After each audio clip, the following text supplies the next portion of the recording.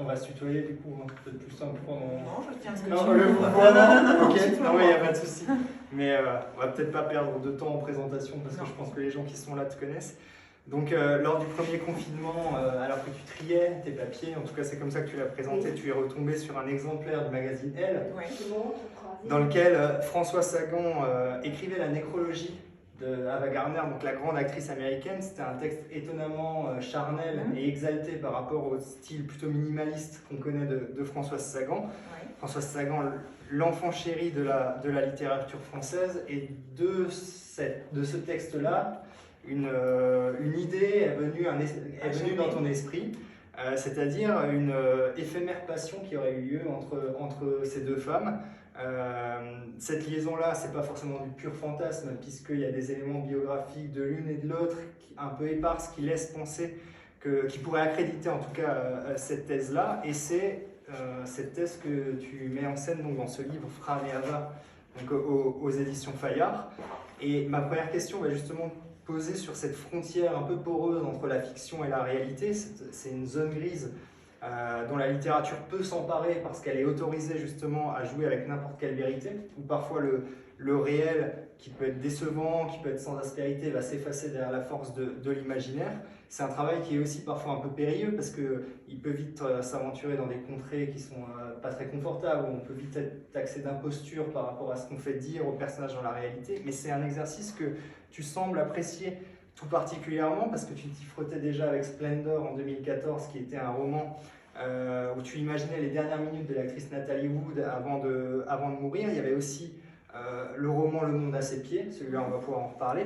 Est-ce qu'il y a un plaisir particulier pour toi en tant qu'écrivaine à aller confronter ces personnages iconiques-là, ces monstres sacrés, et de leur prêter une voix insoupçonnée, au risque peut-être de flirter avec le danger et le risque à passer à côté de ton sujet?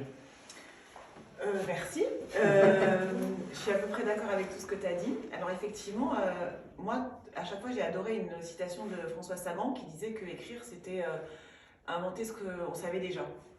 Et ce que j'aime, moi, effectivement, c'est non pas de partir de mon nombril, mais de partir du nombril des autres, que je trouve infiniment plus intéressant, captivant et fascinant.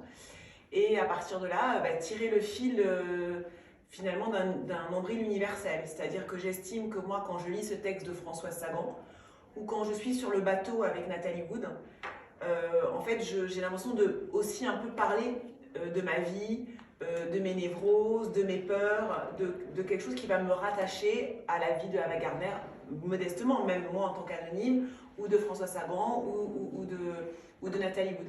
Et donc j'adore, moi, m'emparer d'un point de départ réel, bien concret, et après mettre tous mes fantasmes, tout mon imaginaire d'écrivain, même si je pars malgré tout à la recherche, et je fais un travail d'enquêtrice. Parce que quand je découvre ce texte de Françoise Sagan magnifique, que je vous incite tous à lire dans le magazine Elle, je me dis, mais comment François Sagan, qui écrit d'habitude de manière si minimaliste, si épurée, qui parle finalement que d'amour, mais sans parler de chair, ou en tout cas très peu, de manière très pudique, peut écrire un texte aussi enflammé, aussi enfiévré, passionnel? C'est forcément qu'elle a eu Ava Gardner dans ses bras.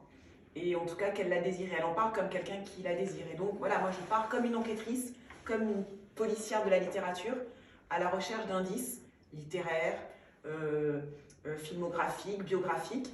Et je trouve que c'est plus confortable pour moi, en tant qu'auteur. D'abord, j'aime le gris. J'aime ni le blanc ni le noir. On est dans une époque qui est que blanc ou noir. Et donc, surtout, la littérature, moi, me permet d'être dans le gris. C'est pas pour, contre. C'est pas j'aime, j'aime pas. C'est tout ce que je ne fais pas par ailleurs dans ma vie aujourd'hui. C'est pas je zappe, je mate, mais c'est gris. Et alors, le gris, c'est une couleur magnifique parce qu'il y a toutes les teintes, toutes les nuances. Et donc, je peux me permettre à ce moment-là de mettre toute la complexité de l'âme humaine et toutes ces sensibilités-là, toutes ces nappes phréatiques en fait.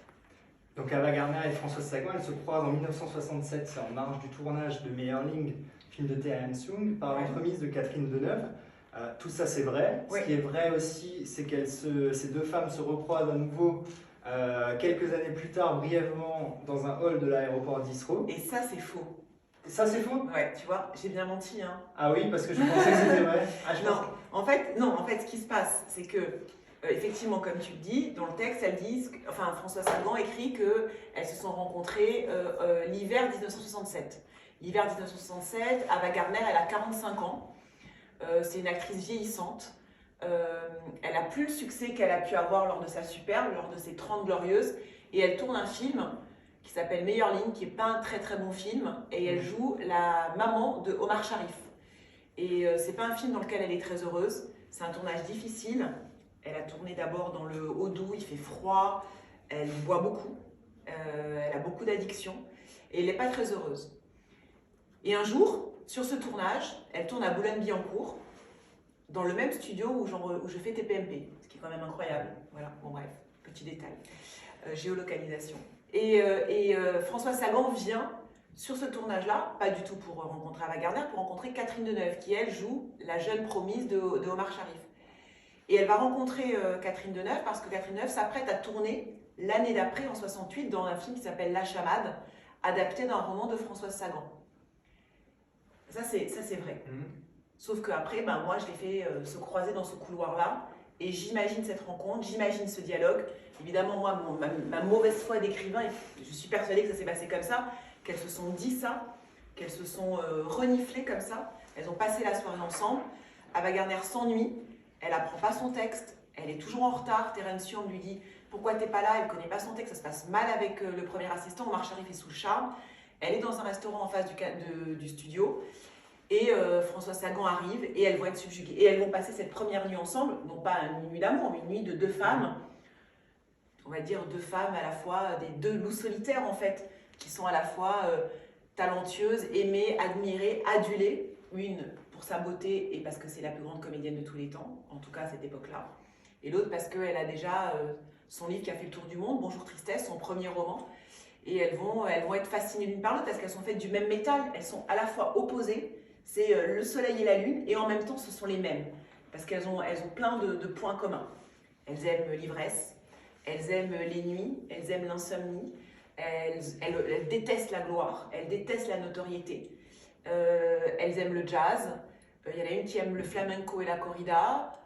François Sagan aime jouer au poker et au casino. Donc voilà, elles sont très à la fois libres et torturées. Et elles vont passer ce temps-là. Et alors pourquoi à l'aéroport? Parce que tu m'as dit, elles se sont revues à l'aéroport. J'ai une question sur l'aéroport. Ah, ça t'a fracassé ça? Oui, parce que c'est un lieu, c'est un lieu avec une très forte mythologie littéraire selon moi, l'aéroport. Mais t'as raison. Comme l'hôtel. Mais en fait, je parle de Miss Fro parce que dans le texte de François Sagan, elle dit qu'elles se sont vues et aimées en 67, lors de ce mois-là de tournage, donc un mois, très court, décembre, et qu'elles se sont revues des années après dans un aéroport, sans préciser lequel. D'accord. Qu'elles se sont regardées, qu'elles se sont souri, qu'elles se sont demandé l'une et l'autre si c'était bien l'une et l'autre, mais qu'elles ne se sont pas parlé. Et je me suis dit quand même, c'est un point de départ romanesque incroyable. On a tous eu un premier amour, une histoire d'amour, dans un souvenir, je ne sais pas, de notre enfance, de notre adolescence, un souvenir de vacances. Un mois, une parenthèse enchantée, on va le revoir 15 ans après, ou on va la revoir 15 ans après, 20 ans après, sur un quai de gare, dans un aéroport, où on va se dire « mais bien sûr c'est lui, bien sûr c'est elle ». Ben non, peut-être pas. Est-ce qu'elle a changé? Est-ce que c'est ça? Est-ce qu'elle m'a reconnue? Est-ce que je me fais une idée de ce que j'ai vécu à ce moment-là? Et forcément, c'est un point de départ romanesque incroyable. Et donc, moi, je suis partie à Heathrow, parce qu'à cette époque-là, 15 ans après, Ava Gardner a quitté l'Espagne, elle vit à Londres, et j'ai trouvé une sublime photo de Ava Gardner à cette époque-là, dans Heathrow. Et je me suis dit, à ce moment-là, ça devait être ça devait être à cette époque-là. Voilà. D'où mon Et fantasme. de ces quelques secondes, du coup, imaginées où elles se croisent, tu fais le choix, toi, de te mettre dans la peau d'Ava Gardner et non pas de Françoise Sagan. Ça, tu as expliqué dans des interviews qu'il y avait une forme d'immodestie en tant qu'écrivaine de se mettre dans la peau d'une romancière comme Françoise Sagan. Mais est-ce qu'au-delà de ça, au-delà de cet aspect, il y a aussi une proximité de toute façon plus grande pour toi dans l'image que projette Ava Gardner, toi en tant qu'ancienne mannequin, elle qui est une actrice aussi, femme si belle, on pense à la chanson de Souchon, La beauté d'Ava Gardner.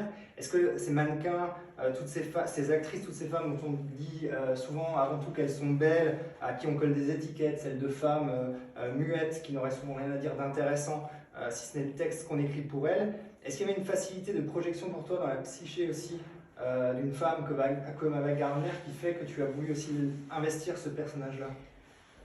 Ouais, alors il y a plein de trucs. Effectivement, dès le départ, pour moi, François Sagan, c'était l'Empire State Building. Je ne pouvais pas, moi, en tant qu'auteur, m'attaquer à elle, la faire parler. Elle parle beaucoup dans le livre pourtant, mais je me suis. Non pas pillé, mais je me suis. J'ai utilisé sa prose, j'ai utilisé ses dictons, j'ai utilisé sa plume pour la faire parler. Donc quand François Sagan parle, c'est elle qui parle, c'est vraiment sa vraie langue. Je la fais parfois un tout petit peu parler, mais très modestement. J'aurais trouvé ça inélégant et je me serais sentie, pas légitime à parler à la place de François Sagan compte tenu de son statut. Peut-être que si j'avais été un auteur reconnu, iconique, je sais pas, je cherche, tu vas me dire, peut-être que si j'avais été, je sais pas, Amélie Nothomb ou Leila Slimani, je me serais dit, bon allez, ok. Mais là, je trouvais que ça aurait été peut-être inélégant de ma part. Ça, c'était la première raison. Et la deuxième raison, c'est que très vite, en fait, moi, je me suis mis dans la peau de Ava Gardner pour plein de raisons. D'abord par rapport à l'âge, puisque je suis beaucoup plus âgée que François Sagan à l'âge auquel elles se sont rencontrées, puisqu'elle avait 33 ans, donc je suis plus du côté de la cinquantaine de Ava Gardner. Donc déjà, je trouvais que j'avais plus des démons, des craintes, l'obsession de vieillir pour une femme qui était plus, moi, proche de mes problématiques à moi. Mais j'avais l'impression que je pouvais plus donner d'écho et de voix à ces problématiques-là. Et donc, voilà, j'ai trouvé que c'était plus confortable, moi, d'être Ava Gardner et d'être dans son imaginaire, dans ses fantasmes, dans est-ce qu'elle a vécu ça ou pas. Et je pouvais faire mentir Ava Gardner. Elle n'a pas d'enfant. Je ne pouvais pas faire mentir François Sagan. Elle a un fils, Denis Westhoff, qui a par ailleurs lu le livre et qui l'a beaucoup apprécié. Ça, c'est vrai que c'était un vrai enjeu pour moi, une vraie pression. Mais voilà, j'étais plus... voilà, il n'y avait pas de descendance, il n'y avait pas de gens à... J'avais l'impression que je trahissais moins plein de monde, en fait. Voilà. Et j'aimais bien aussi avoir été la femme de Frank Sinatra. C'est pas mal. Ça m'a plu, en fait. Comme playlist, je trouvais que c'était pas mal. J'écoutais le livre, quand j'écrivais, j'écoutais Frank Sinatra et je disais « Hey, Frankie !» Voilà. C'est un pur roman d'amour que tu écris. Là aussi, c'est un exercice qui peut s'avérer périlleux parce qu'écrire une belle histoire d'amour, c'est peut-être un des exercices qui est les plus compliqués. Entre deux femmes. Entre deux femmes en plus. C'est quelque chose qui est éculé, ça expose à un grand nombre de facilités. Ça peut vite s'avérer ennuyeux, même peut-être un peu sirupeux. Enfin, voilà. Et là, le livre, il est d'autant plus réussi que la passion amoureuse, c'est vraiment le noyau, c'est le centre tellurique de l'histoire. Tout irradie depuis l'hypothèse de cette romance entre ces deux femmes. Et tu n'utilises aucun artifice vraiment pour l'enrober. C'est un roman qui semble à l'os, qui est expurgé d'un trop-plein d'anecdotes, qui détournerait du sujet central, qui est cette liaison entre Gardner et Sagan. Il y a des éléments de vie et de carrière qui sont abordés, mais qui, sans jamais sembler accessoires, mais en tout cas pas prétexte à du remplissage. Et c'est un élément qu'on retrouve dans l'ensemble de tes romans. En tout cas, ceux que j'ai pu lire, j'en ai lu 4, c'est toujours des romans courts, qui sont à un style épuré, sans enrobage, sans digression inutile. Est-ce que c'est pour toi une marque de fabrique et un élément auquel tu te raccroches pour tes histoires? Est-ce que c'est un cadre rassurant d'être dans des histoires très courtes pour être vraiment à l'essentiel de... Alors déjà, je vais t'enregistrer, puis quand j'aurai des petits coups de mouche, je t'écouterai, comme ça reboostera mon ego un peu en berne, donc merci.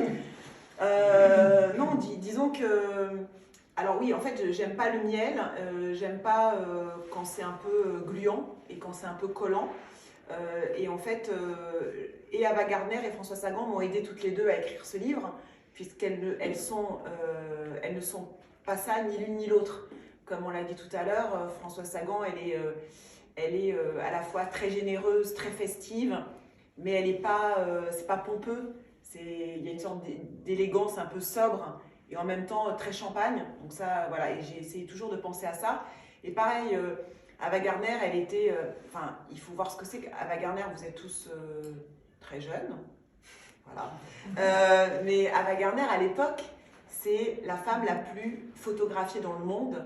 Elle reçoit 6000 demandes d'autographes par jour dans les studios à la MGM. C'est une icône absolue. Il n'y a pas une couverture de magazine qui ne se fait pas toutes les semaines sur elle. C'est la femme la plus désirée, aimée. On dit que c'est le plus bel animal du monde, le plus beau sourire du monde. tous les réalisateurs rêvent de la faire tourner, elle a tous les hommes à ses pieds. Donc voilà, et en même temps, c'est quelqu'un qui déteste la notoriété. C'est une femme d'une extraction sociale très modeste. Elle était très complexée par son accent. Alors, elle n'avait pas un accent alsacien, mais elle avait un accent de Caroline du Nord qui lui a valu d'être moquée pendant tout le début de sa carrière, ou quand elle arrive à Los Angeles, on lui a dit « Mais ma cocotte, t'es peut-être très belle, mais t'arriveras jamais à rien faire parce que ton accent, c'est juste pas possible. » Donc elle avait un avenir de dactylo. Et d'ailleurs, elle le dit à François Sagan, moi j'aurais dû être une petite dactylo, je t'aurais tapé tes romans et ça aurait été très bien comme ça. Et voilà, la gloire la happe, et en même temps, c'est pas du tout... En fait, moi ce que j'aime chez ces deux personnages, et c'est pour ça que cette histoire, et en fait chez toutes mes héroïnes, c'est qu'en fait, c'est pas des bonnes femmes, c'est des bonhommes. Et en fait, elles ont un côté très couillu, très courageuse, très rock, très moderne, avant-gardiste. Par exemple, Françoise Sagan, elle était bisexuelle. Elle aimait ni les hommes ni les femmes, elle aimait l'amour. Bon, elle a eu les plus beaux hommes dans Françoise Sagan, elle était pas très belle, elle se trouvait pas très belle, elle disait même d'elle-même qu'elle avait un physique de petit oiseau mazouté. Et pour autant, elle a eu que des hommes sublimes dans ses bras. Elle a été mariée avec un grand éditeur, elle a été mariée avec un top modèle américain, qui était donc le papa de son fils, qui lui-même était homosexuel, et elle a terminé sa vie avec Peggy Roche, qui était une ancienne mannequin, qui était rédactrice de mode au magazine Elle. Donc en fait, elle allait là où elle avait envie d'aller, sans aucune espèce de tabou, de cliché, de qu'en dira-t-on. Enfin, c'était une femme libre. Ava Gardner, c'était pareil. Et en fait, c'est ce que j'aime, c'est des femmes libres, émancipées, et je trouve que, voilà, moi je trouve que les bons sentiments ne font pas de la bonne littérature. J'aime pas. Et je trouve que c'est deux femmes qui n'ont jamais donné des leçons, qui n'ont jamais essayé de servir de modèle, et c'est pour ça que je trouve que moi, en tant que romancière, c'était très confortable d'aller dans leur peau, dans leur chair, dans leur tête. Voilà. Je ne sais pas si j'ai répondu à ta question. C'est très bien. T'es sûr, hein? Mais certain. Si c'est pas bien, tu me dis, hein, ça va, hein, je suis pas... Non, c'est parfait. Il y a un romancier que tu aimes beaucoup, je crois, en tout cas c'est ce que j'ai cru comprendre, c'est Bret Easton Ellis. Oui, c'est mon dieu. Ok, bon, donc ça va. Et c'est l'auteur notamment... Bien que je sois laïque. En plus, oui, c'est vrai. L'auteur d'American Psycho. Ouais. Je vais vous proposer d'écouter un petit extrait. Et c'est pas mon préféré. C'est pas le préféré? Glamorama, c'est mon préféré. Ah oui, bien sûr. Parce que comme la mode, il a écrit sur la mode comme personne. Et ben justement, alors il donne une interview en 2010 pour son suite impériale. Je me demande si c'est pas la suite de Glamorama. Voilà. Ouais. Et il donne à ce moment-là, c'est un livre qui parle de machination perverse dans les relations amoureuses justement. Et toxique, et voilà, et je vous propose d'écouter un petit extrait de Bret Easton Ellis et je l'ai mis en symétrie avec une interview que donnait Françoise Sagan dans Apostrophe sur le sujet justement de ces machinations perverses dans l'amour, et après je fais évidemment un lien avec Fran et Ava. C'est parfait.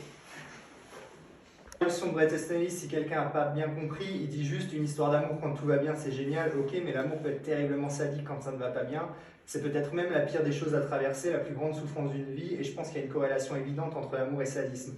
Donc là, il y a effectivement, pour moi, ça a été un écho évident de ce que j'ai lu dans Fran et Ava, et notamment, je prends un exemple, page 77, où tu fais donc parler Ava Gardner, et elle dit, Ava Gardner, elle dit « Ne pars pas, regarde-moi mon amour, tu fais chier Sagan, je te tends ma vieille main, ça te coûte quoi? Non, je te répugne. Triche quelques secondes, alors fais un effort d'imagination ou sois aveugle. Je suis Ava Lavinia Gardner. » Est-ce que justement, cette histoire-là, tu es allé la chercher sous cette dimension sadique de l'amour? Est-ce que ça t'intéresse? Parce que ça ouvre des voies qui sont très intéressantes, celle de réduire Ava Lavinia Gardner, la grande, la sublime Ava Gardner, à celle qui a tous les hommes à ses pieds, qui est admirée, qui est adorée, qui est enviée, à une sorte de partisane qui minaude, qui est réduite à supplier, qui est réduite à se lamenter, qui fulmine parce que celle qu'elle aime et qu'elle a aimée l'ignore, la snob en quelque sorte. Est-ce que c'est quelque chose qui... Ah bah oui, forcément, je déteste tellement souffrir que j'adore faire souffrir mes personnages. Et en fait, tu as vu juste, parce que ce qui m'a plu dans cette histoire, c'est qu'en fait, je me suis dit que en fait, Ava Gardner n'avait jamais été persuadée de la réciprocité des sentiments. C'est-à-dire d'abord, elle avait un complexe d'infériorité par rapport à François Sagan, parce que François Sagan, c'était quelqu'un de très érudit, de très cultivé. Quand elle est à Paris, elle a toujours plein d'amis autour d'elle, Ça va de Juliette Gréco à Massimo Gardia, oui, c'est très éclectique. Hein. Voilà. Et en fait, elle est, oui, elle est dans son royaume à Paris. Alors qu'Ava Gardner, au moment où elle rencontre François Sagan, c'est quelqu'un de seul, elle est dans un hôtel de luxe, elle a un chauffeur qui vient la chercher, elle n'est plus mariée, elle a été mariée 3 fois, elle a eu des dizaines et des dizaines d'amants, elle a couché avec à peu près tous les acteurs de Hollywood, et pourtant, elle est subjuguée par François Sagan. Et pourtant, elle ne sait pas si François Sagan est subjugué par elle. Parce qu'en fait, il y a une sorte on va dire, pas de crime, mais de malentendu au départ. C'est qu'en fait, Ava Gardner va se demander toute sa vie, et pendant toutes ces années post-François Sagan, si François Sagan a vécu ce mois-là avec elle pour les bonnes raisons, parce qu'elle a eu un coup de foudre, un coup de cœur, un coup de corps, un coup de sang, j'en sais rien, ou si c'était juste pour François Sagan, un insecte qu'elle allait étudier dans son laboratoire d'écrivain pour pouvoir disséquer les tourments d'une vieille star désœuvrée. Et alors, le truc est venu dans la tête de Ava Gardner parce que le livre qu'elle sort l'année d'après, Le Garde du Cœur, c'est l'histoire d'une vieille hollywoodienne de 45 ans qui boit du whisky, qui file ses bas avec son rotin et qui déteste Hollywood, en fait, qui est Ava Gardner. Et donc elle se dit, mais mince, est-ce que moi, ce que j'ai vécu pendant 1 mois à Paris, ça a été bien réel, ou est-ce qu'elle m'a utilisé? Est-ce que j'ai été l'instrument de la prose, un peu du côté cannibale de François Sagan? Et donc oui, forcément c'est une torture pour elle. Parce que oui, François Sagan s'intéresse à elle, oui, elle lui envoie tous les livres, mais en fait, Ava Gardner se dit, mais est-ce que j'ai été légitime? Est-ce que j'ai été là? Ou est-ce que j'ai juste été juste un pion? Ou juste, en fait, comment dire, un objet d'étude? Alors qu'Ava Gardner est complètement sincère. Elle a complètement, pour moi, été amoureuse et était dans ce mois-là totalement éblouie par François Sagan, qui est libre, et surtout, ce qui les oppose, et ça m'a vraiment fascinée, c'est qu'en fait, Ava Gardner ne dépend que du désir des autres. Quand on est comédienne, toute la journée, on attend que son téléphone sonne. On attend l'impresario, on attend le metteur en scène, on attend l'acteur. Et en fait, la vie d'Ava Gardner, ça n'a été que ça. Ça a été dépendre du désir des autres. Être préférée au dernier moment à Elizabeth Taylor. Être écartée au dernier moment parce qu'on a préféré Jane Fonda. Et en fait, et en plus, quand le temps passe pour une actrice, encore plus, elle est la plus belle femme du monde. Ah, elle a été la plus belle femme du monde. Oh là là, elle a pris un coup. Donc c'est horrible en fait d'être la plus belle femme du monde. C'est un livre d'ailleurs fameux, je crois, d'un auteur chez Gallimard qui a dit Le pouvoir des femmes laides. En disant, non mais c'était un livre très intéressant, en disant que les actrices étaient, les belles actrices, les femmes fatales, comme les stars à Hollywood, étaient emprisonnées par leur image et que c'était juste horrible parce qu'en fait, elles ne vieillissaient que à la lumière de ce qu'elles avaient été. François Sagan, comme elle l'explique très bien dans le livre Ava Gardner, en fait, elle est auteure. Alors certes, elle a des dépendances, elle est addicte à la morphine, elle est addicte à toutes sortes de choses, à l'alcool, à la cigarette, enfin elle a 1000 substances toxiques dans son corps, depuis en plus cet accident de voiture. Mais François Sagan ne dépend que de elle-même en fait. Quand on est auteur, c'est dur, la page blanche, mais on ne dépend pas du désir des autres. On dépend de son propre désir, de sa propre capacité à entamer un processus de création. On ne dépend pas de quelqu'un qui va dire j'ai plus envie de toi, ou je veux pas toi, ou ta vie, non. Et en fait, ça c'est la liberté de François Sagan. C'est pour ça que François Sagan peut se permettre d'avoir l'air déglingué, elle peut se permettre d'avoir l'air défoncée sur un plateau, elle peut se permettre d'avoir l'air amaigrie, d'être ratatinée, parce qu'en fait elle est iconique par sa plume, pas par son physique, hein, et même son physique est un atout. Et c'est ça qui m'a plu aussi dans leur choc de rencontre, c'est qu'il y en a une qui est enfermée dans cette image-là, alors que l'autre finalement elle est totalement détachée par rapport à ça, et ça en est presque sa force. Parce que quand on l'appelle, je sais pas, le petit chat de gouttière ou le petit oiseau mazouté, bon, en fait c'est presque, on va dire, les titres des journaux, c'est presque sa force. Alors qu'Ava Gardner, elle doit être le plus bel animal du monde. C'est impossible d'être le plus bel animal du monde à 45 ans quand il y a les actrices derrière qui poussent. Donc voilà, j'ai aimé ce rapport-là. Et effectivement, pour Ava Gardner, c'est une torture. D'où ce rapport sadique entre elles. Ce monologue intérieur-là, d'Ava Gardner, il prend donc forme pendant un instant bref à l'aéroport. On en a parlé. Justement, l'aéroport, on est à Heathrow, c'est le grand aéroport londonien. Ouais. Et ça me paraît intéressant parce que l'aéroport, fait partie de ces lieux qui, pour moi, ont toujours eu un énorme pouvoir romanesque. Je parlais aussi de l'hôtel, Oui. ça peut être l'avion aussi, en continuité de l'aéroport, parce que ça a la particularité de réunir un peu toutes les échelles, l'échelle individuelle du passager et aussi l'échelle un peu plus globale du monde. Il y a vraiment une formidable complexité sociale et psychologique. D'ailleurs, il y avait déjà sur la couverture de ce livre-là, il y a déjà une référence à l'aéroport. Dans un aéroport. Voilà. Au départ, le point de départ. Voilà, et ensuite, c'était dans un hôtel ensuite. Justement. Oui, parce qu'en fait, il y avait eu l'éruption d'un volcan Eyjafjall, je ne sais pas si vous vous souvenez, un volcan islandais, qui avait bloqué le ciel européen pendant plusieurs semaines. Et c'est quelqu'un qui refait sa vie dans la chambre d'hôtel. En fait, il est bloqué dans une ville il a 50 ans et il fait un bilan de vie parce qu'il ne peut plus repartir. Voilà. Et est-ce que, justement, est-ce que pour toi, ces espaces de vie-là un peu particuliers, aéroport, hôtel, est-ce qu'il y a une approche littéraire, une mythologie particulière de ces lieux-là dans lesquels tu aimes situer tes actions parce qu'elles représentent quelque chose? Est-ce qu'elles te facilitent quelque chose en matière d'écriture? Est-ce qu'elles t'inspirent quelque chose de particulier? Oui, moi ce que j'aime, c'est d'abord, elles ont un côté huis clos, un côté théâtral, un côté unité de lieu, unité de temps, unité d'action. Et j'aime bien, en fait, c'est comme si c'était une contrainte peut-être confortable pour moi, parce que du coup, ça part pas dans tous les sens. Et j'aime aussi ces lieux parce que c'est des lieux d'observation, c'est des lieux de brassage, c'est des lieux de mélange, c'est un lieu de champ des possibles. Tout peut arriver, tu peux tout rencontrer, tu peux tout vivre, tout peut basculer aussi. Et donc forcément, oui, c'est quelque chose, moi, c'est des lieux qui me fascinent. Voilà, les aéroports et les hôtels, comme ici. En plus, c'est vrai. Tu n'es pas que romancière, tu es également réalisatrice. Alors, il y a eu des documentaires, il y a eu des courts-métrages. Il y a eu des longs métrages, notamment After en 2012 avec Julie Gaillet et Raphaël Personnaz. À l'occasion de la promotion de ce film, tu as été interrogé sur tes influences cinématographiques et tu citais alors, j'ai vu dans une vidéo, Truffaut, Claude Sauter, Wong Kar-wai, mais aussi James Gray, Paul Thomas Anderson et Sofia Coppola. Alors concernant cette dernière, alors certains dans cette salle savent que ça me parle particulièrement Sofia Coppola. Bon, en l'occurrence, maman est ton frère. Parce que j'ai retrouvé dans l'ensemble de tes écrits quelque chose qui est très proche du travail de Sofia Coppola, c'est-à-dire derrière l'extrême simplicité apparente de ce qui est traité, ça révèle, il y a une très grande complexité, une très grande densité émotionnelle. Il y a deux personnages, il y a une unité de lieu, on en parlait, il y a des sentiments, des émotions, des sensations qu'il s'agit de retranscrire vraiment au plus proche de ce qu'elles sont. Et tu veux dire que c'est comme si on était au Château Marmont, là? Exactement, c'est exactement ça. Ben oui, surtout Somewhere, qui est un des films les plus incompris, je crois. Voilà. Et dans After, c'était pareil, c'était un homme, une femme, une nuit. Voilà, le départ est très simple. Splendor, c'est pareil, le livre sur Nathalie Wood, c'est un bateau, c'est une nuit. Voilà. C'était aussi le cas, justement, on en a parlé, j'ai vécu de vous attendre, là, un hôtel, quelqu'un qui refait sa vie. On sent que le roman choral, c'est pas forcément ton état d'esprit, c'est pas ce dans quoi tu tends pour l'écriture. J'en ai fait un seul qui s'appelle 3 jours pour rien. Ah bah celui-ci je l'ai pas lu. Alors voilà. Mais personne n'est parfait avec qui je parle.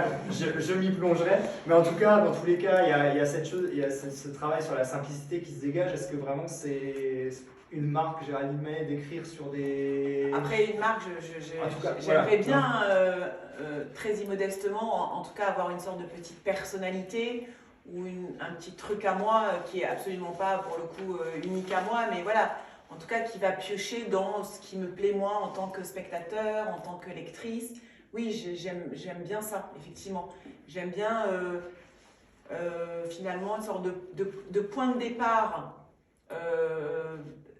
tragique, accidentel, une sortie de route, pas forcément d'ailleurs catastrophique, hein, mais une sorte de, voilà, l'éruption d'un volcan, une rencontre qui ne devait pas avoir lieu, un bateau avec une femme qui tombe à la mer, une femme qui décide de se suicider le jour de ses 20 ans pour Ruslana Korchunova dans Le Monde à ses pieds. Voilà, j'aime bien un point de départ comme ça, et à partir de ce moment-là, remonter le fil ou tirer tous les fils comme une toile d'araignée là pour le coup, et essayer de raconter une sorte de polaroid ou de photo à l'instant T. J'aime bien ça. En fait, j'aime bien les choses très très simples et qui finalement sont beaucoup plus compliquées, mais j'aime pas que ce soit compliqué au départ parce que j'ai l'impression que je vais pas réussir. Alors que si c'est simple au départ, j'ai l'impression que je vais y arriver. Alors je parlais de Sofia Coppola, donc justement on va juste l'écouter une petite minute sur la manière dont elle travaille et dont elle appréhende. Rassure-moi, tu l'aimes aussi comme actrice. Oui, mais j'aime Sofia Coppola. Dans Le Parrain. Dans Le Parrain, elle était toute jeune. Mais Bah elle oui, était extraordinaire. c'est les plus belles scènes du cinéma On est d'accord. du monde entier. Voilà. En tout cas, là, elle parle de sa manière de travailler. Voilà. C'est très court. Et là, t'es ému, là, je te vois, t'es ému. T'es beaucoup plus ému bouleversé. que moi, je parle. Hein. Bon, bref, je prends pas mal, mais un peu quand même. Sache que je fais exactement comme Sofia Coppola. C'était la question que j'avais Et je posée. ne savais même pas qu'elle faisait comme ça. Ah bah voilà, bon bah, parce que j'allais dire, voilà, ça a fait écho parce qu'elle parle d'atmosphère, de petits moments, de petits détails plutôt que de coups de théâtre pour définir son écriture et sa manière de faire des films. Elle crée des collages, des moments qu'elle capte en espérant que ça suffise à faire un film. Voilà. Et moi, ça m'a, puisque je connaissais cette interview et je connais plutôt bien le travail de Sofia Coppola, ça m'a fait écho un petit peu, j'avais l'impression que ça transpirait aussi. Alors vraiment pas, évidemment pas à son niveau et compte tenu de son Après, c'est pas la même succès. artiste, elle, Voilà, bien sûr. Mais à mon tout petit niveau, oui, bien sûr, pour tous mes travaux de romans, j'ai plein de documentation, des photos, des collages, des post-it, des flèches, des moodbooks pour mes docs, pour mes films, pour mes courts-métrages et tout ça. Oui, j'essaie de... En fait, j'ai des playlists aussi, beaucoup de musique, beaucoup de musique. Alors, je disais Frank Sinatra tout à l'heure, mais encore une fois, oui, j'ai écouté énormément Frank Sinatra pour ce livre-là, j'ai écouté Billie Holiday, j'ai écouté du jazz.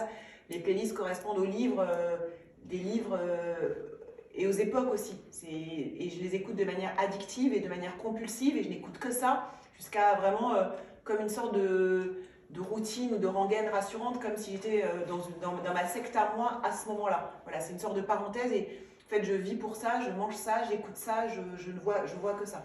Ça, c'est très très important. Voilà. Ton film After, tu le présentais à l'époque comme une... Pardon, je te coupe. Ouais. Lost in Translation, Bill Murray, parfois il me faisait penser à... Enfin plutôt, mon personnage Washington dans J'ai vécu de vous attendre, il me faisait penser à Bill Murray. Ah ouais. Dans Ça l'hôtel explique, et tout ça. Je vois la référence. Voilà. Private. C'est entre nous. Bah, je le saurais, mais en plus, oui, ça fait sens en tout cas. Oui, ton film After, tu le présentais à l'époque de sa sortie comme, je te cite, une rencontre du temps réel. C'est une interview que j'avais vue de toi avec Julie Gaillet. Une rencontre du temps réel où les sensations et les émotions se vivent à la seconde, avec un baiser notamment qui s'étirait dans le temps, qui s'inscrivait dans le temps réel.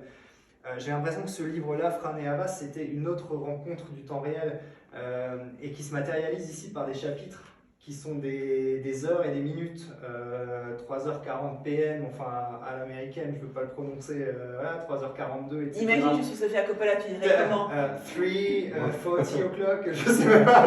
Mais tu bosses, hein, PM. Je sais même pas comment. Non, mais t'as tellement raison, c'est vraiment voilà. comme ça. Mais voilà, mais alors ce qui m'intéresse moi, c'est que cette notion du temps me semble assez intéressante quand il s'agit d'analyser tes différents romans, parce que là on évoque le temps réel justement, mais il y a chez toi comme une sorte de, pas de conflit, mais en tout cas un conflit avec le temps réel, parce que se plonger dans ce que tu écris, c'est se plonger dans une multitude d'époques, de photos en noir et blanc. C'est vraiment des photos en papier glacé, c'est des époques qui sont un peu surannées. Là, celle des hommes en costume 3 pièces et des grandes robes de soirée, c'est celle du Paris littéraire. C'est aussi les années 90 avec Le monde à ses pieds.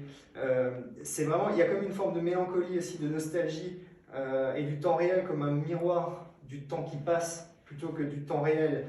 Je sais que j'avais lu une interview aussi où tu disais par rapport à Roland Garros, parce que tu es une grande fan de tennis, que le Roland Garros des années 80, tu le décrivais comme beaucoup plus rock'n'roll que ce qu'il est aujourd'hui. Comment est-ce que tu te situes vraiment par rapport à cette notion du temps, entre le temps réel et le temps qui passe et qui peut-être génère chez toi une forme de mélancolie? En fait, c'est parce que je vieillis. Et en fait, à 50 ans, moi, je suis terriblement mélancolique et nostalgique, parce qu'en fait, j'ai l'impression que en fait, tous mes souvenirs d'adolescence, d'abord d'enfance, d'adolescence, de jeune adulte, de pas encore maman, d'ado, en fait, j'ai l'impression que tout ça a fusé et que, oui, à la fois c'était mieux et en même temps pas complètement, et en même temps c'était beaucoup plus insouciant parce que moi-même j'étais insouciante. Et moi, je suis obsédée par ça, par le temps qui passe dans tous mes ouvrages, et plus j'avancerai, plus je serai obsédée par ça, parce qu'en fait, tout échappe en fait, enfin, tout ce qui va bien nous échappe en fait. Et oui, je trouve que globalement il y a beaucoup de choses qui étaient mieux avant, même si c'est un petit peu impulsif et c'est un peu une sorte de généralité, mais en fait ce qui était mis avant c'est juste que j'étais jeune et que donc c'était le champ des possibles et on avait l'impression que le monde était à mes pieds ou que le monde était à nos pieds et qu'en vieillissant on devient plus grave, on devient plus raisonnable, on fait des bilans, il y a des gens qu'on aime qui ne sont plus là, il y a des pépins de santé et que forcément ça crée une gravité, une solennité, une lourdeur et c'est pour ça que je le planque derrière des histoires d'amour un peu fulgurantes, un peu fugaces, avec un temps très bref. Et en fait, j'utilise le rétroviseur ou j'utilise la nostalgie pour raconter encore, enfin, tu vois, pour mettre le passé encore plus loin de moi. En fait, je ne peux pas parler du passé d'aujourd'hui. Je suis obligée d'aller beaucoup plus loin parce que sinon, je trouve que c'est trop dur et trop violent. La question du temps qui passe, elle pose également la question, on l'a déjà un peu abordé, mais de la beauté des femmes et particulièrement celle des actrices ou des mannequins. Et de Sofia Coppola. Et de Sofia Coppola. Mais elle est très belle, Sofia. Je suis d'accord, mais c'est juste pour savoir où tu te situes par rapport au débat. Mais en tout cas, c'est aussi la source d'infinie souffrance et de névrose de nos sociétés. Oui. Cette idée, le rapport qu'on a au vieillissement des femmes et au corps des femmes. Et dans les années 50, peut-être encore plus qu'aujourd'hui, à vrai dire, et encore peut-être de manière un peu différente. Et je vous propose juste de se plonger du coup quelques secondes, 2 minutes dans la carrière d'Ava Gardner, puisqu'on parle quand même d'elle. C'était un reportage qui était sur Arte et qui nous évoque comment le personnage d'Ava Gardner s'est construit. Ça parle de sa grossesse là ou pas? J'y viens juste après. C'est pas dans le documentaire, mais je fais un lien. Parce justement. Que 2 fois j'en parle dans voilà, le livre. Justement. C'est le lien. Donc là, c'est juste une petite présentation de comment un événement tragique, on en a juste qui symbolise un petit peu le rapport très compliqué qu'elles subissaient les femmes, et notamment là, Ava Gardner par rapport à son image. C'est donc le double avortement qu'elle a caché à Frank Sinatra. Ouais. C'est-à-dire qu'en fait, elle épouse Mickey Rooney, qui est un peu la star à l'époque, sorte d'ado d'un programme comme on pourrait dire à l'époque, je sais pas, aujourd'hui, Un premier baiser ou Le miel et les abeilles, mais c'est une énorme star. Et donc c'est son premier amour. Voilà, mais il a été très gentil avec elle, il a appris beaucoup de choses sur le métier, la caméra, comment se déplacer, tout ça. C'était quelqu'un de plutôt très bienveillant.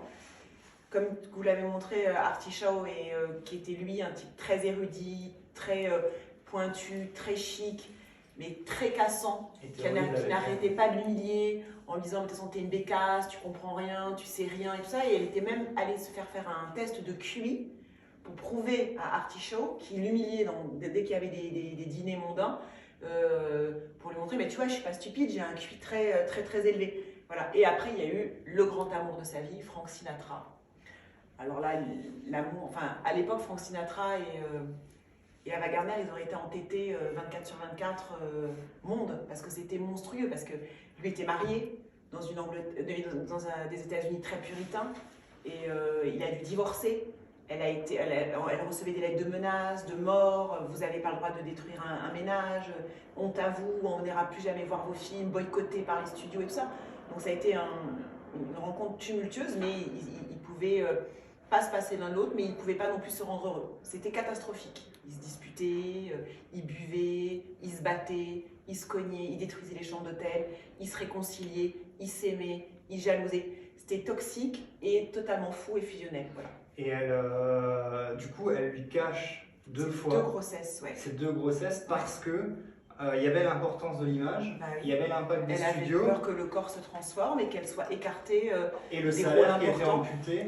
À l'époque, oui, Frank Sinatra n'est pas encore The Voice et il n'a pas beaucoup d'argent. La première fois quand elle tombe enceinte, et en fait, elle se sent responsable du ménage. Et elle dit, mais moi, je ne peux pas tomber enceinte, en fait. À l'époque, elle est en train de tourner Mogambo avec Grace Kelly. Et elle dit, mais en fait, non, le réalisateur dit, mais garde-le, tu peux pas avorter. Frank Sinatra ne s'en remettra pas. Elle dit, non, je peux pas. Déjà, il y avait une voussure sur le ventre. Et il a dit, mais j'adapterai les plans en fonction de toi. Je mettrai la caméra comme ça, on fera en sorte que de ça. Elle dit, non, je peux pas. C'est trop de responsabilité. J'ai ce tournage l'année prochaine, celui-là, comment je vais faire? Je vais pas pouvoir m'occuper de mon enfant. Moi, si j'ai un enfant, je veux pouvoir m'en occuper. On a besoin d'argent et tout ça.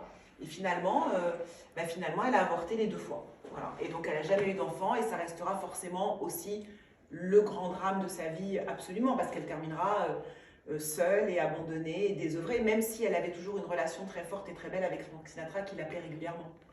Tout ça, elle le raconte dans ses mémoires. dans lequel il y a aussi certains de ses amis qui s'expriment, et notamment Lena Horne, qui est une chanteuse de jazz, et qui écrit par rapport au rapport d'Ava Gardner aux hommes. Elle écrit « Les gens disaient « Oh, elle boit beaucoup de whisky ». Moi, je n'en suis jamais aperçu. Je crois qu'elle buvait comme boivent certaines femmes, parce que souvent, les gens l'ennuyaient. Je crois aussi que ce qui l'embêtait, c'est que les hommes qui lui plaisaient vraiment n'étaient pas aussi forts qu'ils auraient pu l'être. Et puis, elle aimait ceux qui n'étaient pas trop intimidés par elle. Oh, elle n'a jamais castré personne, mais elle était une partenaire à égalité. Et à l'époque, beaucoup d'hommes n'aimaient pas ça. Un autre gros problème, c'est que l'une comme l'autre, nous ne pouvions coucher qu'avec des hommes qui nous plaisaient vraiment. Et les gros bonnets qui nous auraient éventuellement rendu de gigantesques services, eh bien nous les trouvions moches et impossibles. Finalement, elle était une fille indépendante et belle, qui voulait mettre au pas, dominer. Bof, c'est une branque, disait-il. Elle est trop bête pour savoir ce qu'elle manque. Mais elle savait parfaitement ce qu'elle manquait. À cause de son physique, Ava était intimidante pour les autres, elle n'en jouait pas consciemment, mais c'était comme cela. Les autres femmes avaient peur, elle n'était pas du genre copine-copine, on parle chiffon, maison et on se boit un verre entre femmes, elle était à la fois peu féminine et la féminité faite femme. Alors justement, je trouvais cette description, par rapport à ce qu'on a vu aussi dans les images, ça lui correspondait plutôt. Qu'est-ce que tu en penses, toi? Elle était à la fois peu féminine et la féminité faite femme, est-ce que c'est quelque chose Oui, qui... en fait c'est ça, parce qu'elle était à la fois magnétique et sublime esthétiquement, c'était une sorte d'image, d'icône, et en même temps elle détestait tout ce qui la renvoyait à ça. Elle voulait absolument, elle aimait, je sais pas, être dans son jardin, tailler les haies, faire des plats de pâtes et son poulet frit, danser le flamenco, aller à la corrida, boire des coups, boire du gin. Donc en fait, elle savait qu'elle devait cette gloire, cette notoriété, son train de vie, parce qu'elle avait besoin d'un gros train de gagner beaucoup d'argent, donc elle tournait, même si elle n'aimait pas parfois les films. Donc elle savait qu'elle était prisonnière de cette image. Et en même temps, elle n'était pas ça en fait.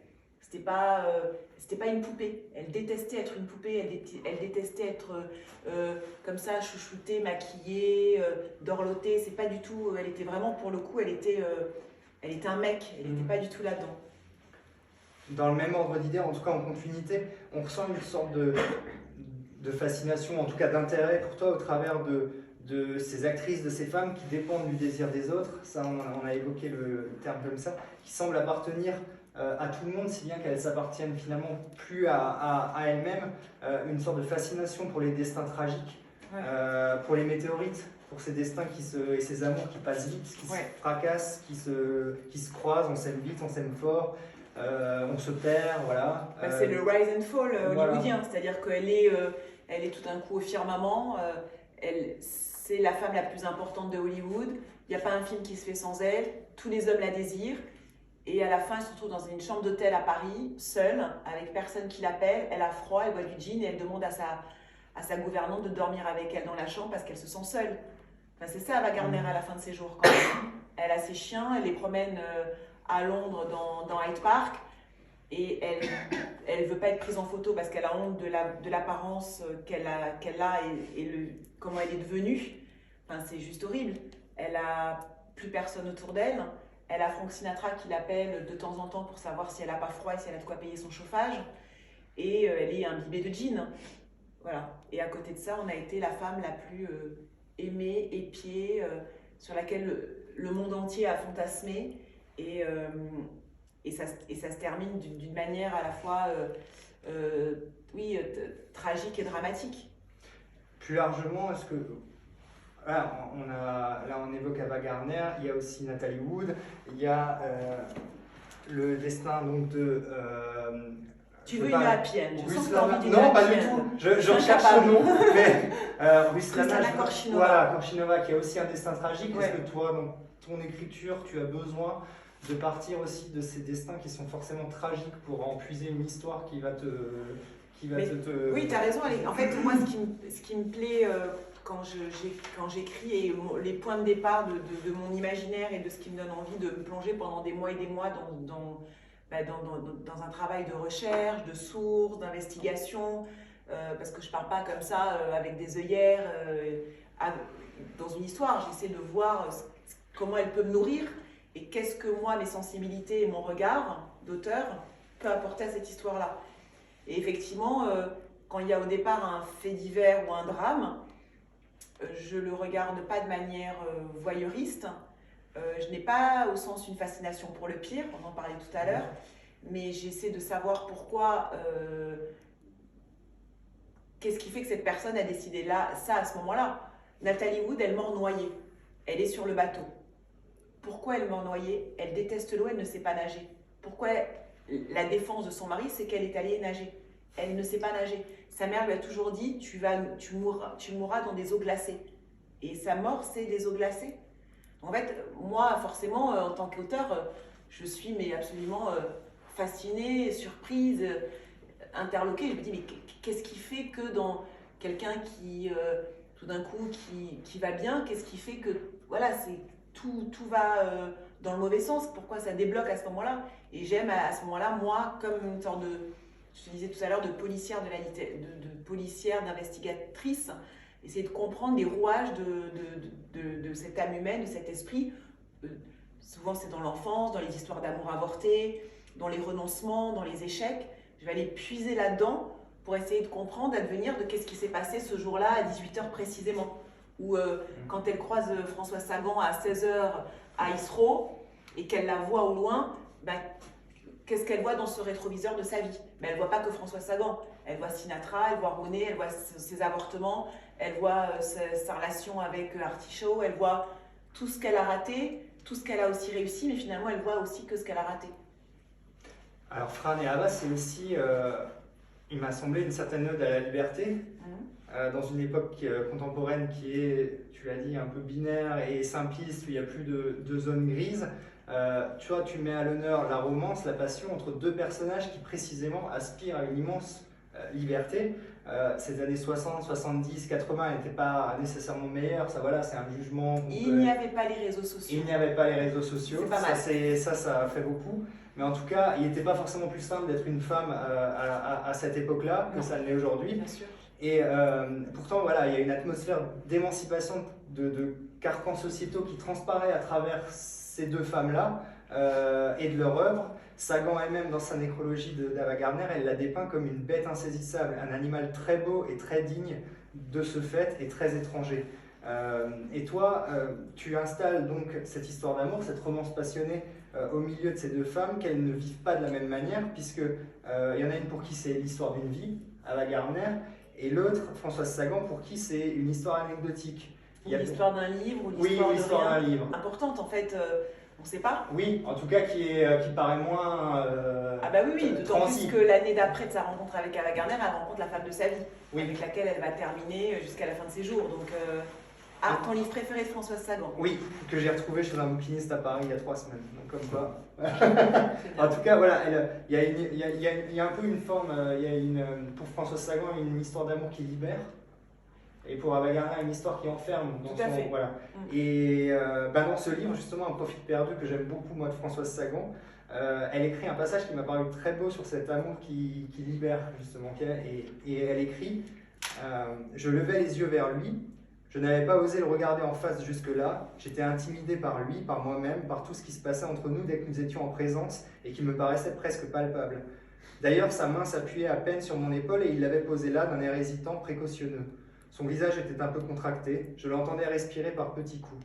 Nous nous regardions sans nous voir, je sentais que mon visage était aussi nu que le sien, et que comme le sien il criait « c'est toi », sans bouger d'un millimètre. Visage ravagé de l'amour, planète de cendres pétrifiées, avec les mers muettes et liquides des regards échangés et le gouffre des lèvres closes, le battement bleu des veines à notre tempes était un indécent anachronisme, le souvenir entêté d'un temps où nous avions cru exister, aimer, dormir, et où pourtant nous ne nous connaissions pas encore. Et j'avais cru avant lui que le soleil était chaud, la soie douce et la mer salée. J'avais rêvé si longtemps, j'avais même cru vieillir, et je n'étais pas né. Dans ce passage-là, l'amour, il est justement vécu. Vous voyez pourquoi je ne parle pas comme François Sagan dans le livre. En tout cas, ça s'approche à certains moments. Oui, merci. C'est bien recevoir les auteurs. En tout cas, voilà, l'amour, là, il le décrit comme une libération, même comme une naissance. Est-ce que toi qui as vu dans cette rencontre-là une histoire vraiment passionnée et homosexuelle à une époque où c'était pas évident du tout, est-ce que tu as vu une sorte aussi de naissance, d'autres naissances pour ces deux femmes dans cette époque-là qui était peut-être un peu difficile, enfin une période d'enfermement social et moral pour elles? Non, moi, la seule chose, je me suis demandé comment cette histoire, elle aurait été vécue aujourd'hui. Et en fait, je me suis aperçue juste de quelque chose de fondamentalement différent. C'est qu'en fait, beaucoup de gens, ceux qui ont lu le livre, ou qui m'en parlent, ou des journalistes me disent « Oui, mais vous croyez qu'aujourd'hui, Ava Gardner ou François Sagan, elles auraient, comment dire, défendu une cause, elles auraient libéré la parole des femmes ?» Et en fait, pour avoir parlé avec une universitaire qui travaille que sur l'œuvre de François Sagan, en fait, je ne crois pas. Parce qu'en fait, je pense que les causes sont merveilleuses et importantes, mais que malgré tout, elles enferment aussi. Elles cloisonnent et elles ne créent pas forcément des passerelles entre les gens. Au contraire, elles sont parfois très sectaires, à diviser et pas à lier. Et je ne crois pas qu'aujourd'hui, comme disait l'universitaire que j'ai entendu, je ne crois pas que Françoise Sagan, elle aurait voulu qu'on lui dise est-ce que tu peux être la représentante de la cause féministe ou de la cause de l'homosexualité féminine et pareil pour Ava Gardner, parce qu'en fait, elle voulait être vraiment libre et elle ne voulait pas être encartée, elle ne voulait pas être à la tête d'une pétition. Elles étaient ailleurs encore, elles étaient dans d'autres nébuleuses. Alors au-delà de ça, tu as souvent dit que ces deux personnages-là, et notamment Françoise Sagan, auraient détesté notre époque. Et je suis tombé sur une vidéo qui date de quelques années de quelqu'un qui compte beaucoup pour toi, qui est Jean-Paul Antoven, qui parlait brièvement, c'est très court, de Françoise Sagan. Il l'a très bien connu. Il l'a très bien connu. Il m'en a parlé de ce livre-là, de mon livre. Il m'a dit qu'elle s'était peut-être aimée, mais qu'il n'en était pas sûr. Il a un rapport particulier avec ce livre-là, Jean-Paul, parce qu'en fait, il a connu François Sagan. Et donc, du coup, il n'est pas à l'aise avec ce livre. Parce qu'il dit, j'ai l'impression que vous racontez quelque chose dont moi, je ne suis pas sûre du tout. Donc, en fait, mais c'est intéressant d'avoir son point de vue. Ils avaient une vraie relation amicale avec François Sagan. En tout cas, par rapport au rapport que François Sagan pourrait avoir à notre époque, ça date déjà d'il y a 15 ans. C'était par Thierry Ardisson, ça pour le coup peut-être moins un ami, j'ai cru comprendre. Ardisson ? Oui, non, mais ça va. Mais en tout cas, c'est très court et Jean-Paul Antoven s'exprimait sur Françoise Sagan. Fumais-tu 5 fruits et légumes par jour ? Non, mais c'était pas pour elle. C'est pas pour elle. Mais après, c'est très bien ces messages de prévention. C'est très très bien. Mais c'est très très bien si on est ailleurs en fait. Voilà, c'est. Mais non, parce mais au-delà de ça, toi qui es justement aujourd'hui quotidiennement dans une émission où tu t'exprimes sur l'époque, sur le quotidien, est-ce que tu penses que ces femmes-là, quel rapport tu penses qu'elles auraient eu avec cette époque-là où il y a des injonctions à toujours s'exprimer? En fait, je pense que dans cette époque-là dans laquelle on vit, je pense qu'il y a des choses extraordinaires, des avancées évidentes. La libération de la parole, c'est extraordinaire. Il y a eu, je sais pas, l'avortement à plein d'égards, pour plein de femmes. Il y a eu plein de choses extraordinaires et il y a plein de choses catastrophiques. Et en fait, voilà, il y a du très bon comme du dramatique. Et moi, je pense que dans cette époque, Françoise Sagan, c'est très compliqué, mais je pense qu'elle aurait été suffisamment libre, originale, imprévisible, éclectique, pour pouvoir venir par exemple à Touche pas à mon poste. Alors beaucoup d'écrivains se boucheraient le nez. Parce que c'était justement une femme qui faisait la fête chez Régine, qui faisait la fête avec Massimo Gardia, qui allait découper la viande de Jean-Paul Sartre, une sorte de mélange de genres totalement éclectique qui est justement pas donneur de leçons, surtout pas donneur de leçons. Voilà. Et je pense que dans tous ces excès, dans tous ces abus, il y avait une immense délicatesse et une immense tolérance. Et que l'époque est tout sauf à ça. Merci. Géraldine. C'est donc Fran et Ava aux éditions Fayard. Un très beau petit bouquin dont je conseille vraiment la lecture, très sincèrement. C'est très gentil. Et si quelqu'un a une question pour Géraldine Maillet, c'est maintenant ou jamais. ou plus tard. Mais voilà, s'il y a des questions.